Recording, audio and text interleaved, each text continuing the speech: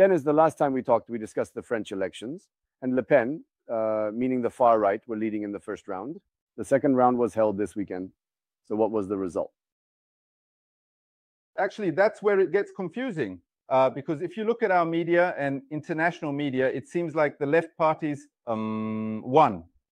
But is it really like that or not? We'll see if we delve into the details. There's a nice saying from John Kennedy's advisor. I want to start with that. If a person's right foot is on a hot stove and the left foot is in ice, a statistician would say that person is comfortable on average, he says. So the current parliamentary situation is somewhat like that. Why is that? We need to elaborate a bit. Because we are facing a situation related to France's electoral system. What is that electoral system? The single-member district system. Since each member of parliament is elected from a district, it becomes a bit difficult to understand these elections from Turkey's perspective, because different dynamics came into play. Third parties supported whichever candidate was against the far right. But if you look at the election results, the far right is actually the leading party. They just couldn't secure enough seats to achieve an absolute majority. Why? Because the far right party is not anyone's second choice. So the votes they received in the second round are almost the same as in the first round. You know how everyone has a second favorite football team? Well, the far right party is not anyone's second team. That's why they couldn't achieve an absolute majority in this electoral system. All the polls predicted they would emerge as the leading party. The main debate was whether they would achieve an absolute majority or not. That was the whole issue. But yesterday, the results were announced, and the Left Alliance emerged as the leading party. In second place, Emmanuel Macron's party made a big surprise by securing 130 seats. Sorry, 108. What will happen now? That's the real question. So what will happen? Because in previous elections, before the election, especially these far leftists, for example, went as far as saying we would recognize Palestine. Yes, they had statements that contradicted current French policies. Will they be able to do these things? Will they be able to implement them? Or what will happen now? Actually, no one knows this. Normally, the party that obtains an absolute majority, meaning 289 deputies, is given the authority to form the government. Right now, no one is obtaining an absolute majority. That's why various negotiations have started regarding who will form the government. My guess is that Macron will not give this authority to the Left Alliance, that he will form a coalition with a more centrist right-wing party that has won 60 to 70 deputies along with Macron's party. Of course, there are presidential elections in 2027. This could actually open up space for the far right. If the parliament cannot demonstrate a good example of working, and if alliances fall apart, because when you look at the headlines about the Left Alliance, I see headlines like "The spirit of 68 has returned," "The left is shouting," etc. Well, the Left Alliance you mentioned is ideologically almost the same as our six-party table. Not in terms of parties, but ideologically. I mean, these people were swearing at each other 3 or 4 months ago. Oh, no. Oh, no. Oh, no. There are communists, socialists, more centrist leftists, ecologists, and Greens among them. It could crack it. It's very likely to crack. So everyone has to interpret the situation well right now. It's not a situation where the left has just taken over. This is entirely a result based on the electoral system. In the 2027 presidential elections, the far right still has a very high chance of making a surprise. Therefore, alliances should make good use of this 2 to 3 year period. We will see and evaluate. But there isn't a result like the left won and the right lost. However, I can say that Macron took a gamble.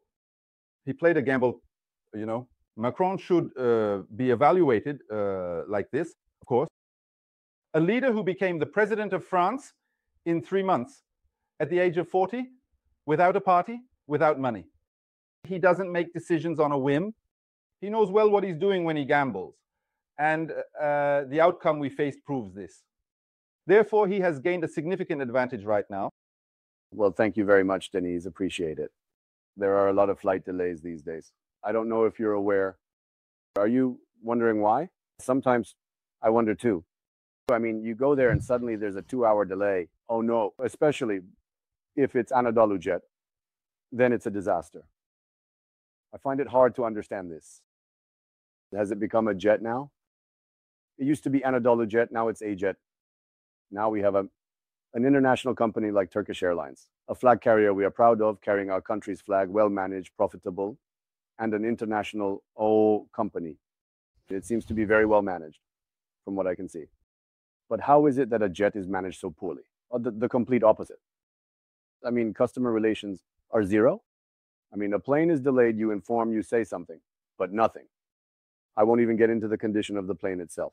Okay, there are budget airlines everywhere in the world, but I haven't seen a company manage this poorly in a long time. I mean, I find it hard to understand this. While Turkish Airlines is managed so well, how can a jet be managed so poorly? Look, this is an achievement in itself. Managing something this poorly is also an achievement.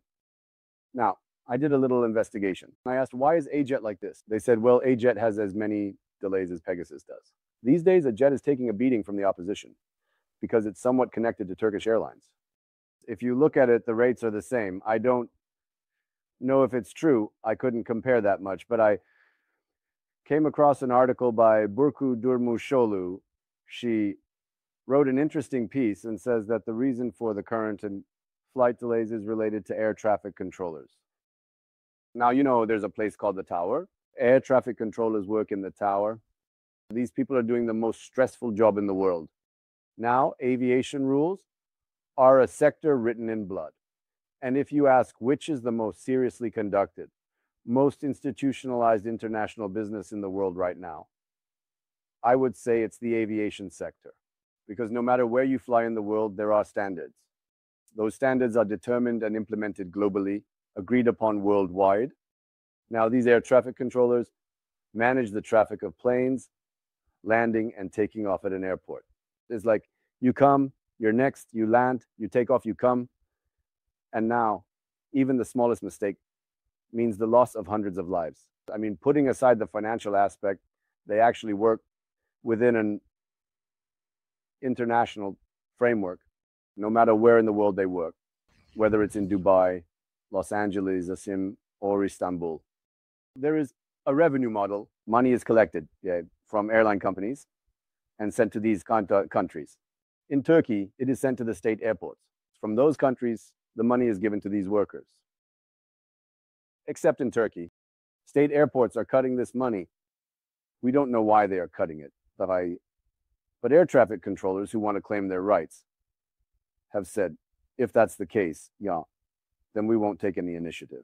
There is such a thing. There is something called taking initiative.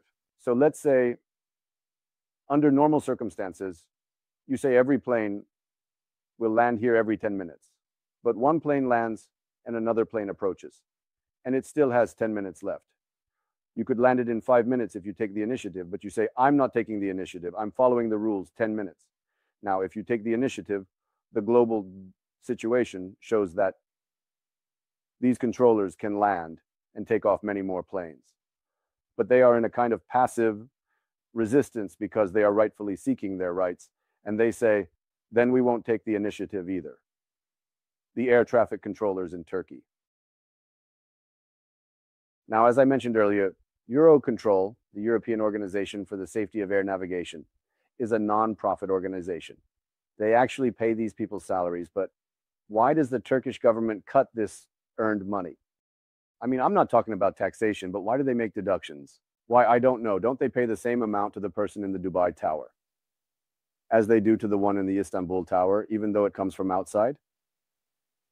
It's not an understandable situation. The Air Traffic Controllers Union is currently doing this to uphold their own values. Maybe our voice will reach the Minister of Transport from here, and they will solve this too.